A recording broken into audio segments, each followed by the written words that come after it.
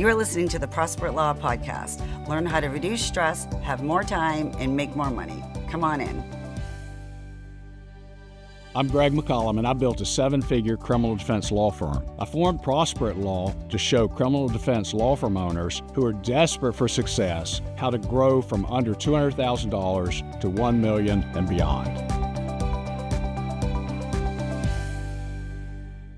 Hi, Greg McCollum here for another edition of the Prosperous Law Podcast. Thank you for joining. Thank you for listening in, or if you're viewing, thank you for watching. As you know, Prosperous Law Podcast is also part of Prosperous Law Coaching. At Prosperous Law Coaching, I coach criminal defense lawyers who want to grow their criminal defense law practice into what I call, and others call, a law firm business. When you have a law practice, you basically have a job. You sit there and you say, I don't want to work for somebody else, so I want to own my own company. I want to be in charge of my time. I want to decide who I want to work with. I want to decide when I want to work. And so you go out and you rent an office and you start your law practice, and you start doing the things that you need to do to take care of clients and to get clients and all of that.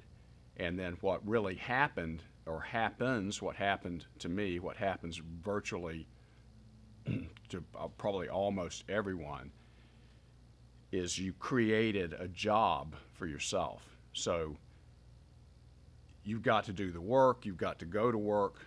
You really, if you have a job, then you go do your job, and chances are when you leave work, and then you go do something that you want to do, and you get away from it, the mental space, you get away from it. Now, as a lawyer, you're going to be thinking about your clients, you're going to be thinking about situations. As a criminal lawyer, if you have a trial coming up or you're trying to negotiate something, you're going to think about it. I'm not saying you wouldn't think about it, but you don't have the worry of running a business. You don't have those things pulling on you in terms of trying to make sure that people that work for you get paid, or that sort of thing. So you really have a job. You do work for yourself, but you work a lot, and that's what it is. It's not a business. A business is something where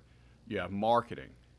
So you're doing enough effective marketing that the phone is ringing and you've got a steady stream of clients coming in. And then you have conversion. Most lawyers call it conversion. It's really sales. It's no different than walking into a store and buying something. A sale is when somebody exchanges something for a value, usually money, in exchange for value, and then both sides need to make a profit. For example, if I buy a book and the book costs $25, the reason I'm willing to give $25 for the book is I get more value out of that book than $25. I may get, $10,000 worth of value out of that book. I don't know, but that is an exchange of value. So that's sales, exchanging value, giving someone value. And sales is not something you do to somebody. You're not scamming them. You're not ripping them off. You're not mistreating them. You're exchanging your value, whatever it is, in your law firm. They've got a problem. They're willing to exchange money to arrive at some solution to that problem. So that's sales. You also have, people. People do the work. You have to have people. That's another part. The other part is you have a physical space, a location, all the things that you have in order for the people to work at, and then you have, you have the processes and the systems, and that's another part. And then you have another thing, which is the numbers or the metrics, and those are, key performance indicators, KPIs, money. How much money do you make? How much money do you spend? What do you spend the money on?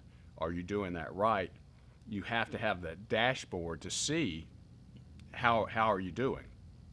Are things improving? Are things getting worse? Are things reliable and steady? So those are the parts. You have to have all of that in a business. And then the other part is who are you? And personal growth precedes business growth. You have to become a better person in order to do all of those things. And there's a lot of mindset issues and things you have to go through. So those are the parts. And if you own a business, then someone else is doing those things. Somebody else is keeping the numbers for you. You read the report and see what the trends are and see how you're doing. But that's the decision making. That's the fun part. Look at your dashboard, see how you're doing, see how you're thriving. And then the marketing.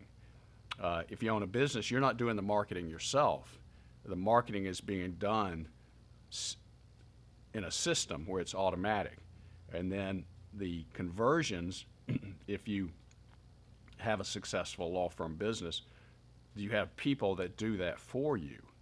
If you think about a huge law firm like Morgan & Morgan, you know that John Morgan is not on the phone in 50 states signing up all the clients himself. He has a system.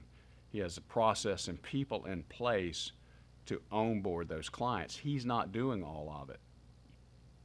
And then your processes and things guide your people so they know what to do. You have this institutional knowledge, but you also have it's written down. So where somebody else, because people come and go, employees come and go. So where somebody new comes in, there has to be a system that's written down that guides them through that, at least to some extent. And then you have people that work for you that train them in your system, and systems change and evolve. So if you have those things and you have a business so that the business runs without you, you're not doing those things. People that work for you are doing those things and hopefully doing those things very well. So that's a business. So the reason and the topic, I don't know if I said the topic here, but today's topic is should you join a coaching program? So there are a lot of good coaching programs out there for lawyers, and different ones do different things in different ways. So should you join a coaching program? And Prosper at Law, my specialty, okay, and I can say specialty because it's a coaching business, I'm not practicing law. My specialty is coaching criminal defense lawyers whose annual revenues are under $1 million, who want to grow so that if they're making $250,000 a year, they can join at the lowest level and start to see those revenues grow. And then as they grow, their life improves and things get better. So should you join a coaching program? Some people should and some people shouldn't. Not everybody should join a coaching program. And it depends on a couple of things. One is that where are you in life? If you're ready to retire, if you're going to retire in 2, 3, 4 years, maybe 5 years, you've got a retirement plan, you probably should not join a coaching program because it's going to take you, depending on where you're starting, but it's going to take you probably at least 4 years to get over to where you want to go. And it's not going to be an easy 4 years. It's going to be difficult. It's going to be hard, and they're going to have problems along the way that you're going to have to solve, and more importantly, that you're going to have to live through. A good friend of mine, who actually was with me in 2013 when I signed up for my first coaching program, he's a sounding board for me, and I was bouncing some things off of him just to see, would you be willing to do this or would you pay this for that? And he actually said during that text conversation, yeah, well, since you put it that way, yes, I would.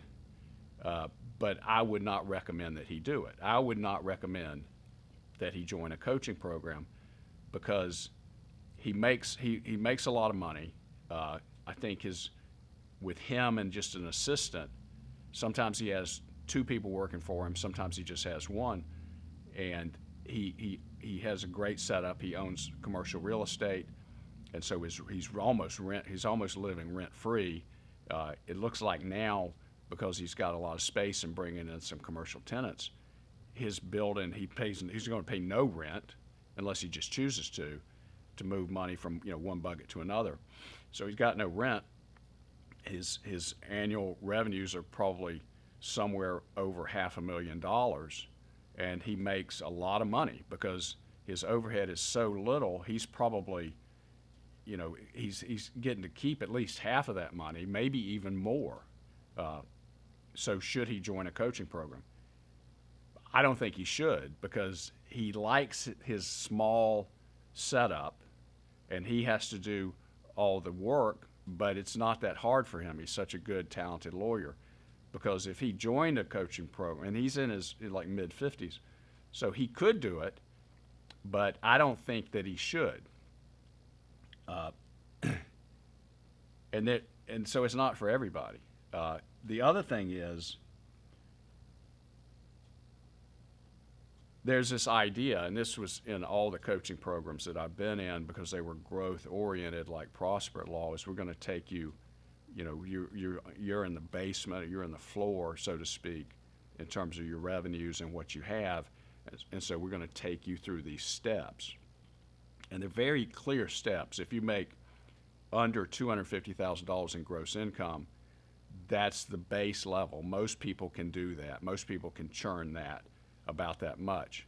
Some talented people maybe make more than $500,000 because they do things in a certain way, and so that's where they are. But it's a category under $250,000, and those people have different issues and different problems than people under $500,000. So people under $500,000, but more than $250,000, that's the second level. That's where things happen. That's where things change, and then over $500,000 to $1 million, that's a distinct category. That's when different things, you deal with different things and different issues over $500,000, but under $1 million, as opposed to somebody who's making $250,000 or less. So those are clearly defined categories that are, quote, the same for everybody. Everybody's dealing with the same issues in that category. And then there's over $1 million. So people that consistently have business over $1 million, that's another category, okay? And then beyond that, it keeps going. Prosper is not focusing at this time on getting people from 1 million to 5 million. We're not doing that. Maybe we'll do it one day, I don't know. Our focus is on the lawyers that are under $1 million that want to get to that point. Now, and one of the reasons I say if you're ready to retire is don't do it now, don't do it, is because even if you do it quickly, fast, working fast, and you can go faster, you can double your law firm in, say, 18 months, and you could double it again in the next 18 months. So if you were at 250 and you doubled it in 18 months, now you're at 500, over 500. Then in the next 18 months, you double it again, then you're at $1 million. So that's, 3 years. That can be done. I've seen people do it. I know people that do it. There are people out there right now doing that. They have that kind of growth rate. But when I talk about growing over $1 million, that doesn't mean that you got a big case and you made over $1 million, unless you got a system in marketing and sales such that every single year you're going to get over the million. If it's a one-time event and you had a great year, that's not the same thing as a repeatable, predictable system that brings in clients consistently. That's what I'm talking about. I'm not talking about a one-off. So who should coach? You have to want it to do it, because you're going to go through a certain amount of discomfort.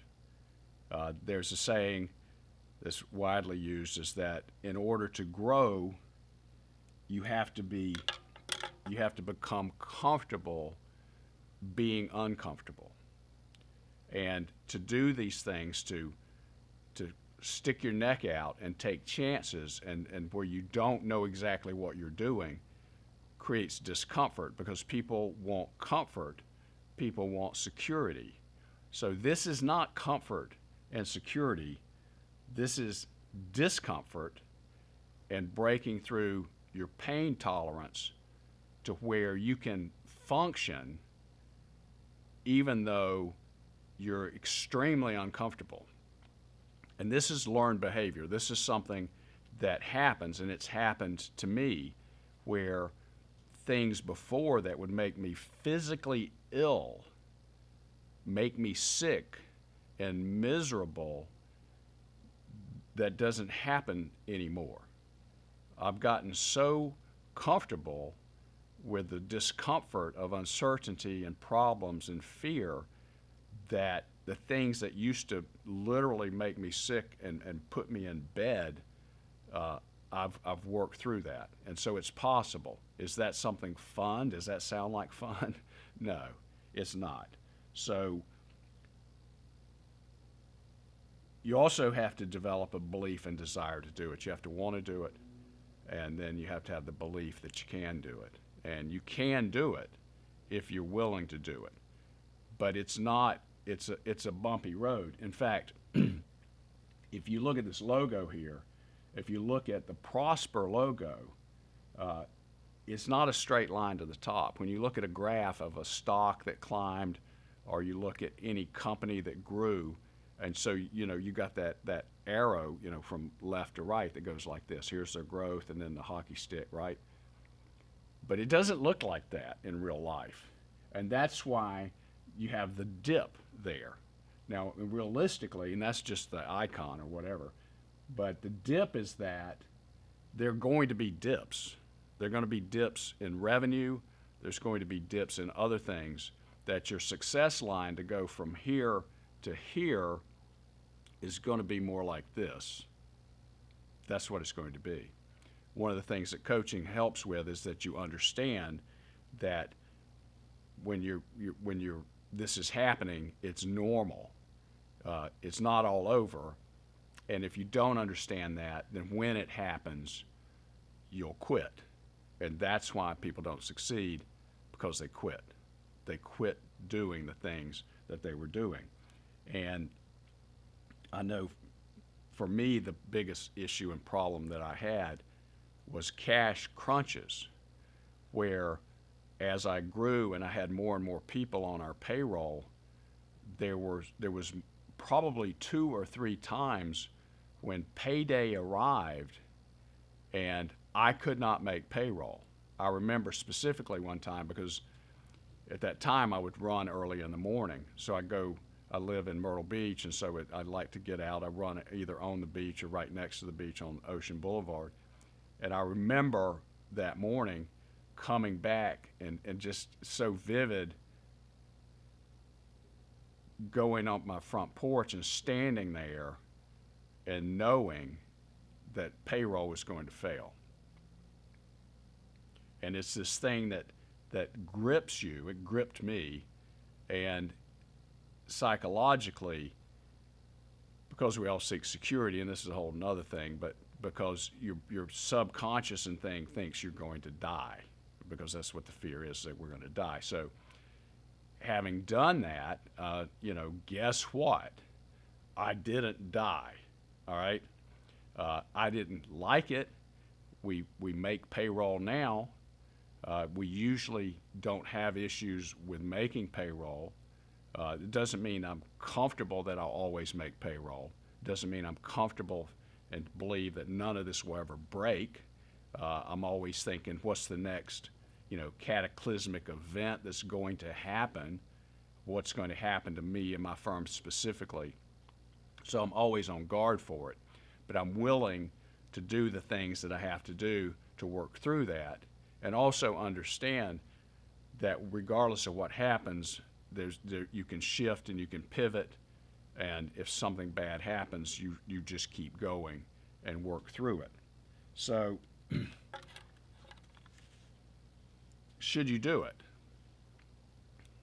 Depends on what you want. Do you want to go through the pain of discipline? And there's a saying from Jim Rohn, which I love, it may be one of my favorite, is you'll either live with the pain of discipline or the pain of regret. You'll either live with the pain of discipline or the pain of regret. And the future is coming regardless. If you're 40 years old, or you're 25 years old, or even if you're 55 years old, the future's coming. You're going to be 10 years older whether you do something or nothing. So what do you want that future to look like? Where are you going, and what do you want to do? And I look at my life then versus now, and I'll talk about that a little bit. But my life is certainly better, all right? I'm not rich in my mind. I don't think I'm rich. If you own a 7-figure law firm, you're not what I call private jet rich. You're just not. If you have a law firm, say, to make the numbers work, you've got $1 million in annual revenue, and that's where you are. You know when you wake up on January 1st, you're going to make $1 million that year. Then you don't get the million. It doesn't come to you. You don't get to just put it in the bank, because now to get to that point, what you had to do is you got employees, payroll, you got a bookkeeper, you got a receptionist, you got a sales and intake team, you got an office manager or some kind of chief operating officer, you've got more staff, you've got more lawyers, you've got space, and you got marketing that you're paying for. Our marketing budget is, between 15 and 20%. I think right now it's running about 17.5%. Well, 17.5% of $1 million is $175,000. Okay, so that's not my money. That's money that's spent on marketing. So you have all these expenses. So then if you just have one employee and you have low rent, or you own your building or something, then what's your margin? Your margin probably is going to be 50%. It may even be a little higher. So in that situation, if you make $500,000 like my friend does, and you're making $250,000, or maybe some years he makes about $650,000, so he's making $300,000 or $400,000. That's a lot of money in his pocket. If you have a law firm business, those numbers are all going to be the same. You're going to have about a 25% profit margin. So it may be 30%, it may be bump 35%, but let's say that your revenues are $1 million a year and you've got a 30% profit margin. That's $300,000 a year that you're making. So is that good? Yeah, it's good. And if you make that much, that's more than I used to gross. I was grossing, in that 250 range forever, for decades, because I didn't know what I was doing. I didn't know how to grow. I didn't know you could even grow. So this, even with $1 million, now what have you got? So you're taking home, say, $250,000. But if you're doing that, also you're not putting anything back in the business. You're not having any reserves or anything. So you probably don't want to take all that money. You want to hold money back and try to have some money in reserves in your business or in a dedicated reserve fund for when something bad is going to happen, because something bad always happens. That's life. So, and the reason you do, if you enter coaching, and if you want to build a law firm, and you want to build, you know, a seven-figure law firm, or you want to build a multi-seven-figure law firm, or you want to build, as many people I know, an 8-figure law firm, then there are benefits to that, certainly, but there's pain, and there's growth, and there's learning, and there's mistakes along the way. Coaching is a shortcut to that. With coaching, what happens is you learn from the mistakes of others. If you're in Prosperous Law coaching, you're going to learn what to do, what not to do. And we don't know everything. We don't know the answers for everything. We have the benefit of our experience, because as a criminal defense lawyer, business coach, or success coach, I also have a law firm. It's running. We're approaching a multi seven-figure law firm, and that happens, and our growth rate is there, and it's happening, and so I've got that information, and I'm continuing to get information, continuing to innovate and get feedback, and continuing to learn because I coach with other people. I'm in mastermind groups with people, and so I'm constantly learning to keep that going. So that's just what it is. Now, and I like to say, if you own $1 million law firm, you're not private jet rich. $1 million, and when I had the real estate investments, my real estate investments were worth, I think there was $5 million, and I had about $2 million in net worth. I wasn't private jet rich. At times I didn't even have that much income, but I had a lot of assets, and they were growing at the time. So, and if you think about it too, and then, if you're as old as me, the $1 million, in 1970, because of inflation, $1 million was a lot more money than it is today. And so back then, if you had $1 million and you put it in an account and you get 5% interest or return on it, great. But if you think about it, that's $50,000 a year. So if you had $1 million and you didn't work and you just lived off the profits or interest or the return on that, that's $50,000 a year. You make a lot more than that now, so it's not bad. But it doesn't change your life in a way that you see in the infomercials where somebody's private jet rich. So with me, what do I get out of it?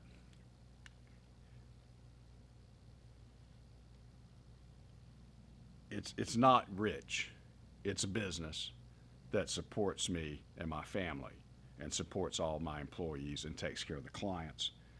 What I have is predictable income, peace of mind,